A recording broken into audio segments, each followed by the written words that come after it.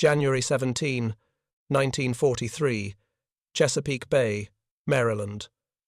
The water was black glass under a winter moon, undisturbed except for the low hum that grew louder with each passing second. Then it appeared a silhouette against the pale horizon, neither ship nor truck, but something that belonged to neither world. Its 6 wheels churned through salt water as easily as they might roll down a Pennsylvania highway. No pause, no ramp, no vulnerable moment of transition. The machine simply drove from sea to land as if the distinction between the two had ceased to exist.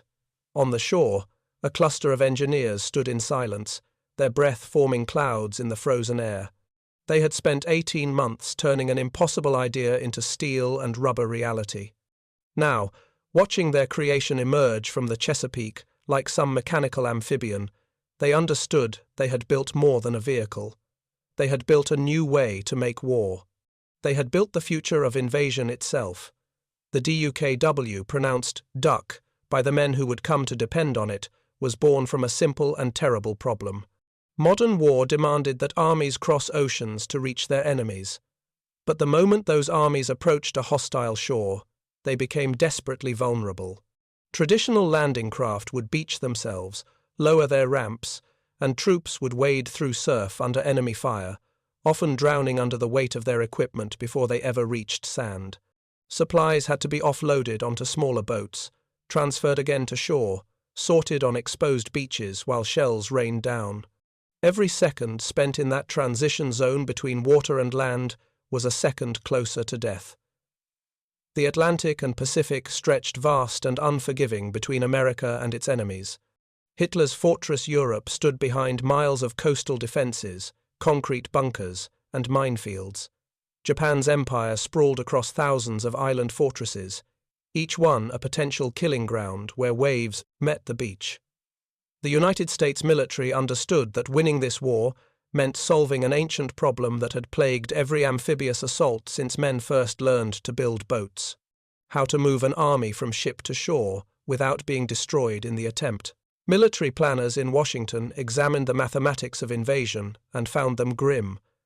A single infantry division required 15,000 tons of supplies in its first week ashore: ammunition, food, medical supplies, fuel.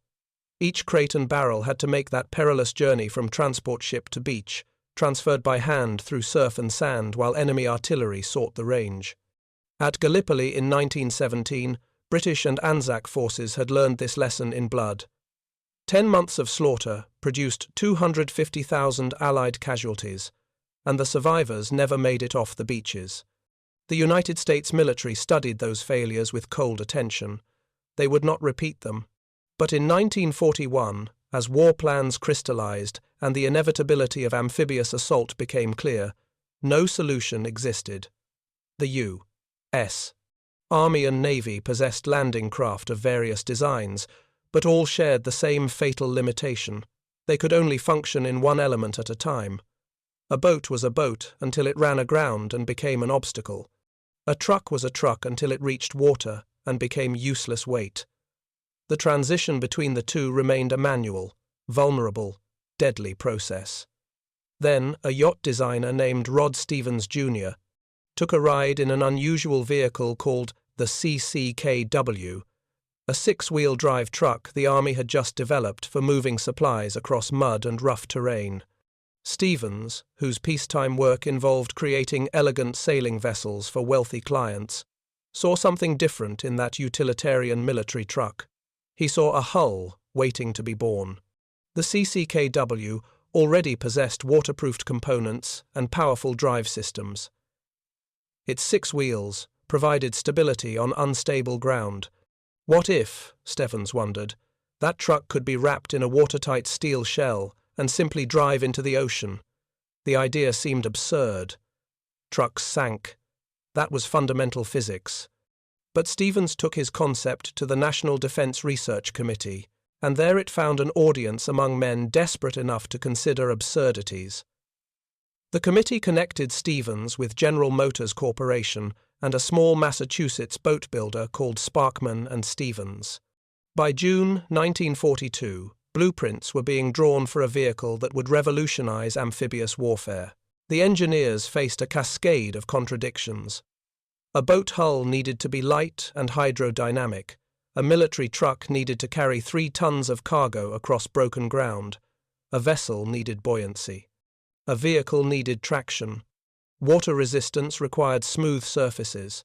Off-road capability required aggressive tire treads that would create drag. Every design decision became a negotiation between 2 fundamentally opposed requirements. Dennis Puliston, a British engineer working with the development team, later described those early months as an exercise in controlled failure. "We built it wrong 7 times before we built it right once," he recalled. Early prototypes either handled well on land and sank in water, or floated adequately and could barely climb a curb. The propeller system, which had to be powered by the truck's engine while simultaneously driving the wheels, generated vibrations that threatened to shake the vehicle apart. The steering mechanism, designed for roads, became dangerously imprecise. The breakthrough came when the team stopped trying to build a boat that could drive or a truck that could float, and instead conceived of the DUKW as an entirely new category of machine. They started with the GMC CCKW, 2 1.2-ton 6x6 truck as their foundation, then wrapped it in a watertight hull made of thin but strong steel plating. The hull's shape pointed at the bow, flat-bottomed, gently curved along the sides represented a compromise that sacrificed excellence in either element for adequacy in both. The propulsion system became the vehicle's engineering heart.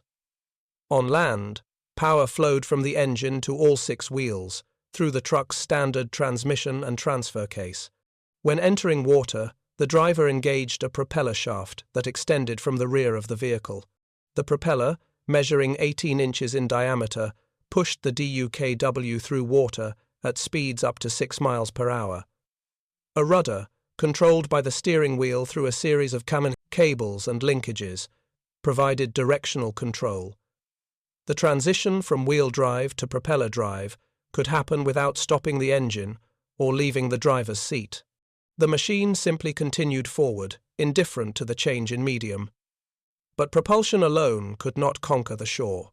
The real genius of the DUKW lay in a small, easily overlooked innovation. A tire pressure control system operated from the cab. The driver could inflate or deflate all 6 tires while moving, adjusting them to match conditions.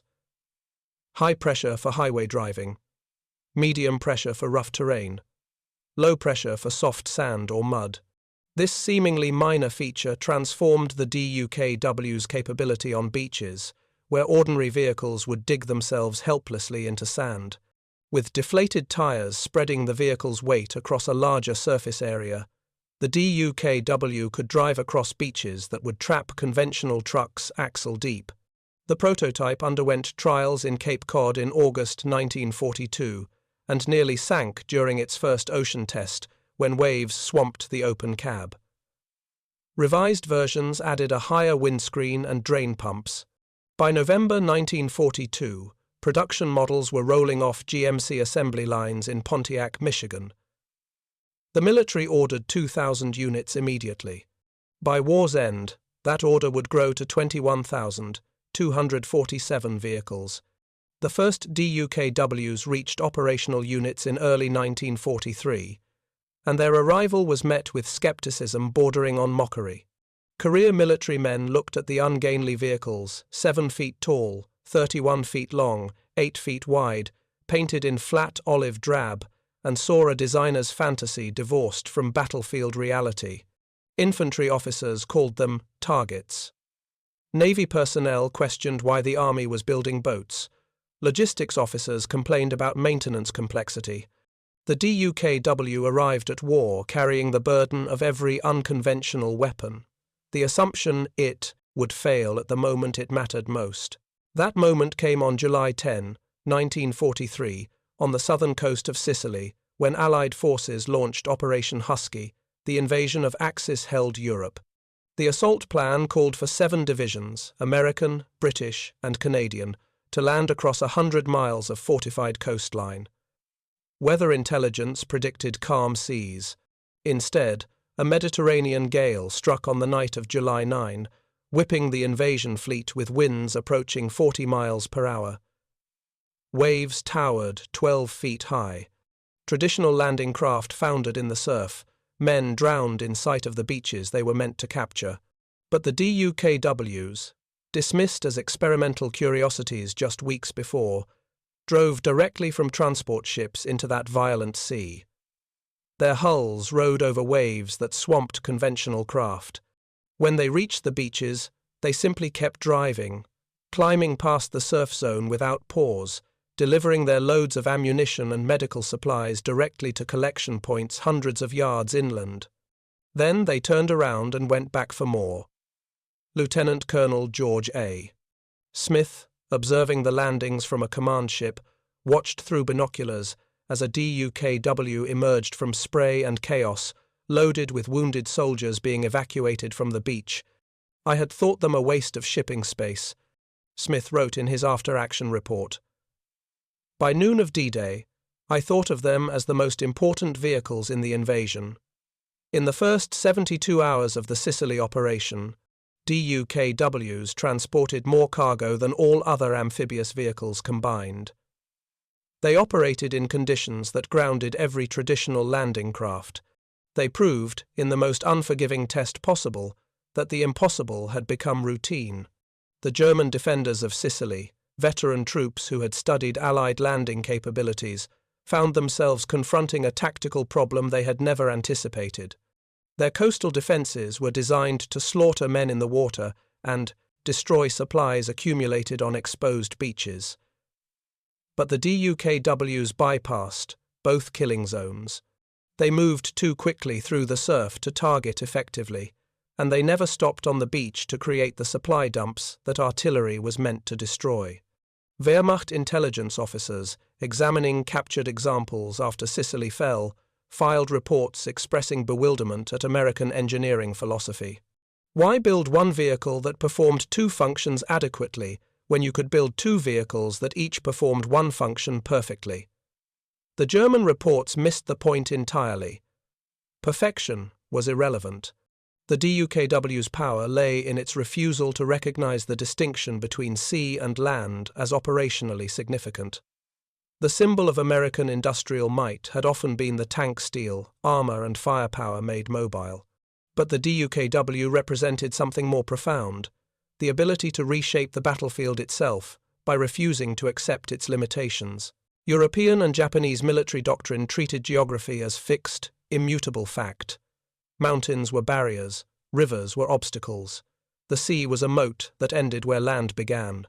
American engineers, backed by industrial capacity unmatched in human history, approached geography as a problem to be solved through mechanical innovation. This philosophical difference manifested in thousands of details across the war effort, but nowhere more visibly than in amphibious operations. While German and Japanese forces planned defensive strategies around natural barriers, American forces built machines that ignored those barriers. The LSVP landing craft that could beach and retract, the LVT amphibious tractor that could cross reefs, the floating tank variants, and, most versatile of all, the DUKW, which treated the ocean-to-shore transition as if it were merely another stretch of highway. The vehicle's success in Sicily made it indispensable for every subsequent Allied amphibious operation. At Salerno in September 1943, DUKWs kept supplies flowing to American forces pinned down on narrow beachheads by fierce German counterattacks. At Anzio in January 1944, they operated in winter storms that grounded conventional craft for days. In the Pacific Theater, where coral reefs created barriers that traditional landing craft could not cross, DUKWs proved even more valuable. At Saipan, Guam, and Tinian in 1944, they carried wounded men back to hospital ships across reefs that would have required dangerous transfers to smaller boats using any other method. But the DUKW's defining moment came on June 6, 1944, on the beaches of Normandy. Operation Overlord, the invasion of Nazi-occupied France, represented the largest amphibious assault in history. 5,000 ships carried 156,000 troops toward 50 miles of fortified French coastline. The success or failure of the entire European war hinged on those first few hours, on state, whether Allied forces could establish themselves on shore before German armoured divisions could counterattack and push them back into the sea. Dwight D. Eisenhower, Supreme Commander of Allied forces, understood that logistics would determine victory more surely than courage or tactics. His plans called for landing 2,000 tons of supplies every hour across Normandy's beaches. Traditional methods unloading cargo ships into landing craft, ferrying to shore, hand-carrying supplies up the beach, would be impossibly slow and vulnerable. The solution was 2,000 DUKWs assigned to the invasion fleet. The Channel crossing nearly destroyed them before they reached France. Rough seas on June 5 forced a one-day delay. Even on June 6, waves ran 6 feet high, the maximum safe operating conditions for DUKWs. Many swamped and sank during the run to shore, taking their crews to the bottom. But hundreds more made it through, and once they did, they became the lifeline that kept the invasion alive. At Omaha Beach, where American forces encountered the strongest German resistance and suffered devastating casualties, DUKWs provided the only reliable supply line during the critical first 12 hours. They drove through surf red with blood, past floating bodies and burning vehicles, delivering ammunition to soldiers fighting yard by yard up the bluffs. They evacuated wounded men who would have died waiting for conventional ambulances to navigate the chaos. They brought forward the artillery shells that allowed American guns to suppress German bunkers. Sergeant Robert Miller, a DUKW driver with the 3,206th Quartermaster Service Company, made 17 trips from transport ship to shore on D-Day, operating for 23 consecutive hours. His vehicle took small arms fire on 11 of those trips. Twice, German artillery shells landed close enough to shower the DUKW with debris. "You couldn't think about it," Miller recalled in a 1984 interview. "You just drove. Water to land, land to water. The machine kept going, so you kept going. After a while, it felt like the DUKW was the only thing in the world that made sense. Everything else was chaos, but the duck just kept swimming." By the end of June 1944, DUKWs operating across the Normandy beaches had transported more than 18,000 tons of supplies and evacuated nearly 20,000 wounded soldiers. Their success allowed Allied forces to build up strength faster than German commanders thought possible. Wehrmacht intelligence continued to underestimate Allied logistical capacity, calculating supply delivery rates based on traditional landing craft capabilities. They didn't account for vehicles that needed no port facilities, no cargo handling equipment, no vulnerable beach depots.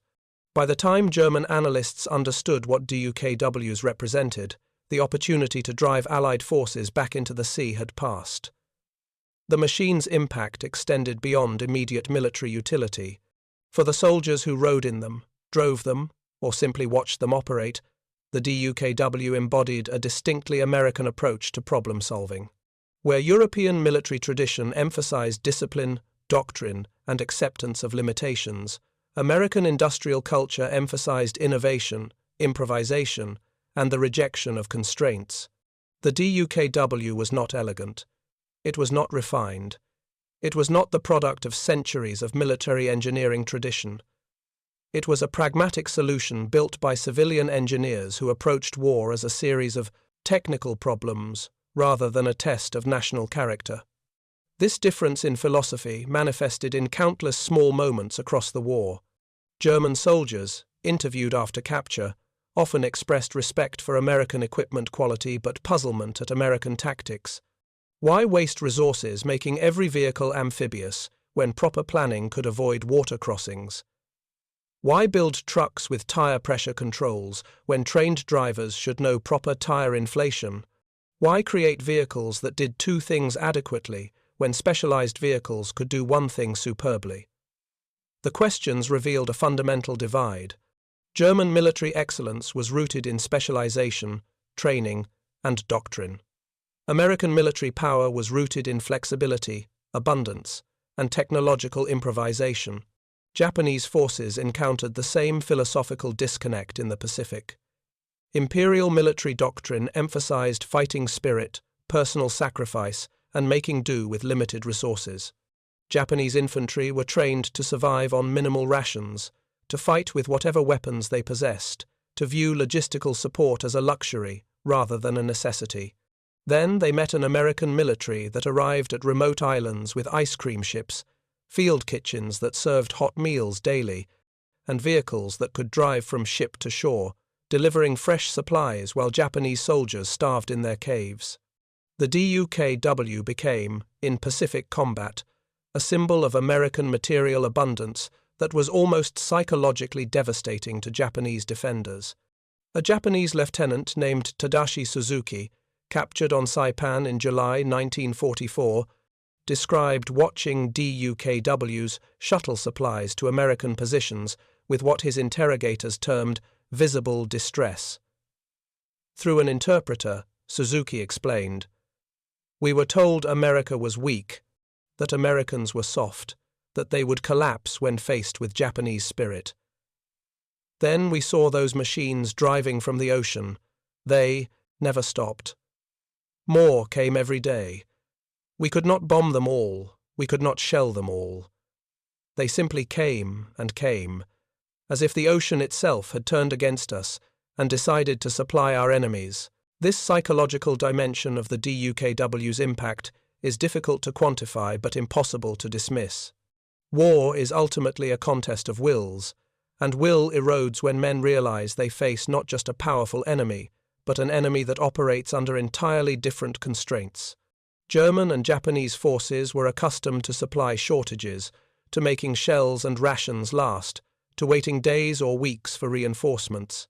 American forces, supported by DUKWs that could unload supply ships faster than any port facility, fought a war where ammunition was so plentiful that officers encouraged its use, where food came hot and varied, where replacement equipment arrived before broken equipment was even reported.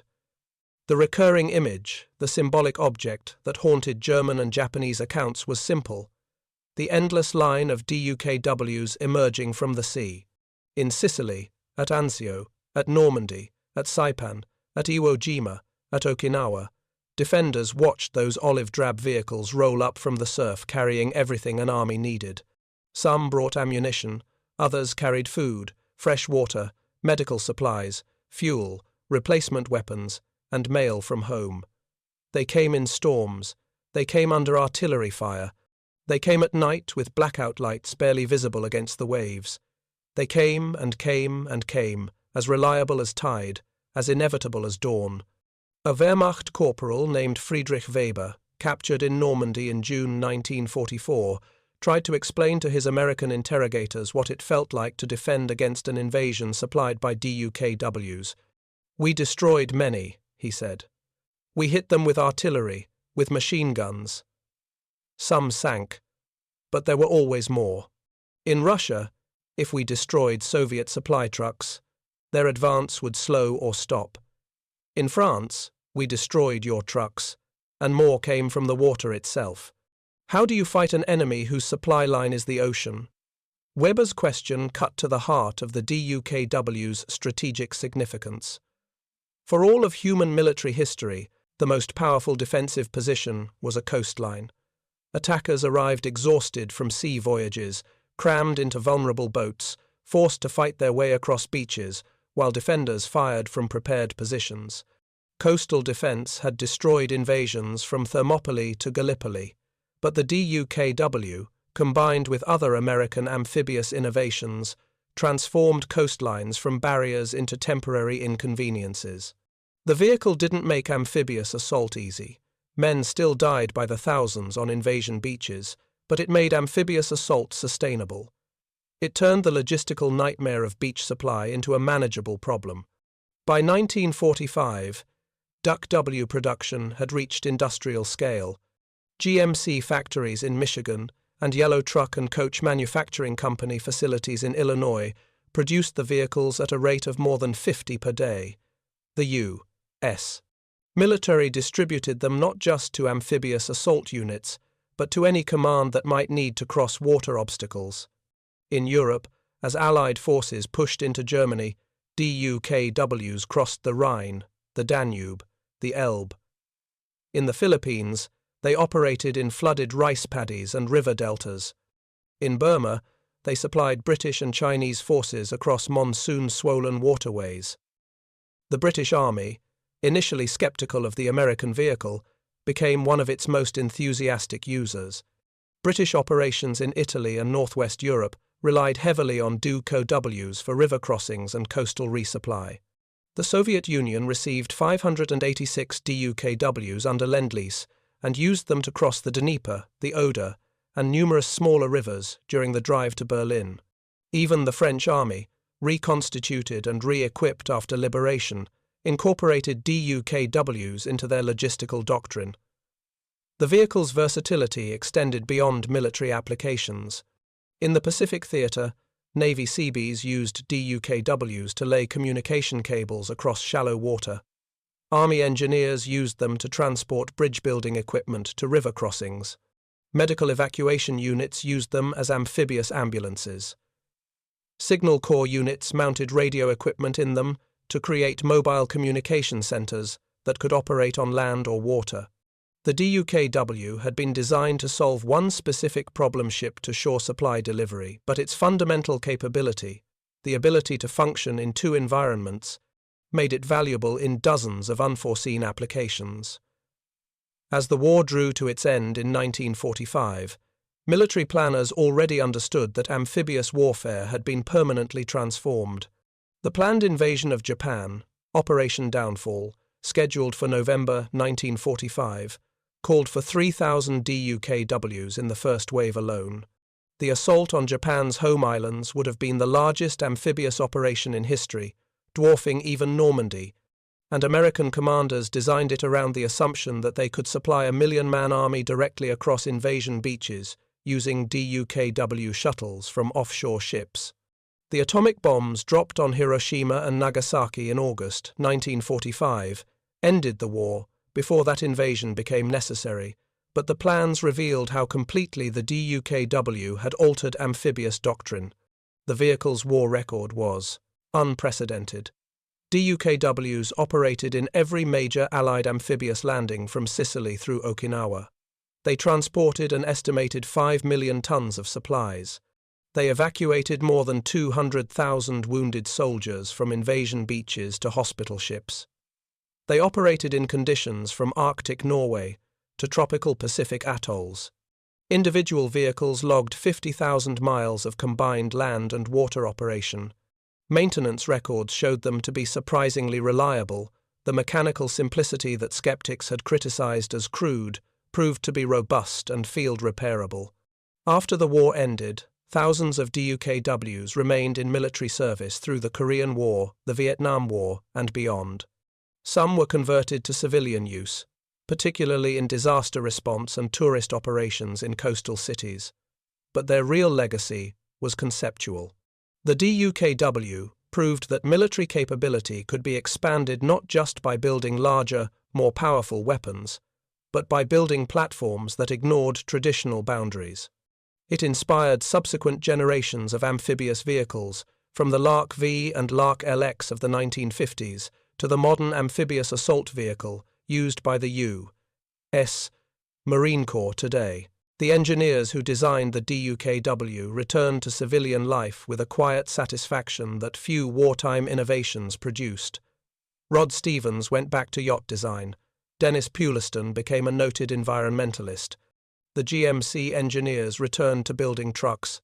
They had created a machine that helped win a war, but more than that, they had demonstrated a particular kind of genius, the ability to look at an impossible problem and refuse to accept that it was impossible.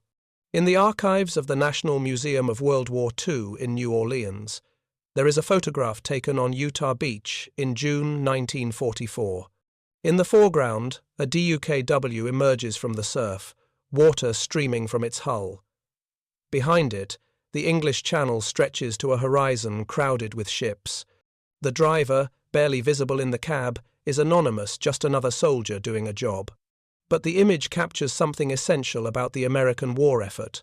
Not glory, not heroism in the traditional sense, but competence applied at industrial scale. The ability to identify a problem, design a solution, manufacture it by the thousands, and deliver it to the place where it was needed. The transformation of imagination into steel and rubber, and steel and rubber into victory. The DUKW never achieved the fame of the Sherman tank or the B-17 bomber. Newspaper reporters rarely wrote about supply vehicles. Combat photographers focused on infantry and armor, not logistics. But every soldier who fought on an invasion beach knew the sound of a DUKW's engine, the sight of one emerging from the surf. They knew it meant ammunition for their rifles, food for their mess kits, evacuation if they were wounded.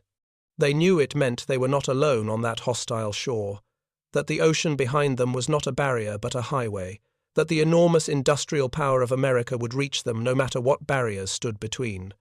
One anonymous soldier, interviewed for an oral history project in 1946, tried to explain what it meant to see DUKWs operating during the Normandy landing. You get pinned down on a beach, you're taking fire, you've got nowhere to go, and you start thinking maybe this is it, maybe this is where it ends. Then you hear that engine sound, and you turn around, and there's a duck coming out of the waves like it's the most natural thing in the world. The driver doesn't even look concerned, just driving, and you realize if they can send ducks through that water, through that fire, just to bring us bullets and food, then we're going to make it. They're not going to let us fail. This was the DUKW's final and most important contribution. It was a promise made physically. A promise that American soldiers, fighting on foreign shores thousands of miles from home, would have what they needed to survive and win. A promise that the ocean would not isolate them, that enemy fire would not cut them off, that the vast productive power of American industry would reach them wherever they fought. The vehicle that drove from ship to shore without stopping became the symbol of a nation that approached war the way it approached every challenge, with innovation, abundance, and a stubborn refusal to accept that anything was impossible. The last DUKWs were retired from U.S. military service in the 1970s, more than 30 years after their first combat deployment. By then, they had become historical curiosities, museum pieces, reminders of a different era. But their influence persists in every amphibious vehicle designed since, in the doctrine that treats water obstacles as challenges to overcome rather than barriers to accept, in the fundamental assumption that supply lines can be as innovative as weapons. On quiet mornings at Cape Cod, where the first prototype underwent trials in 1942, you can still sometimes find old engineers walking the beach, men who worked on the DUKW project or served with DUKW units during the war.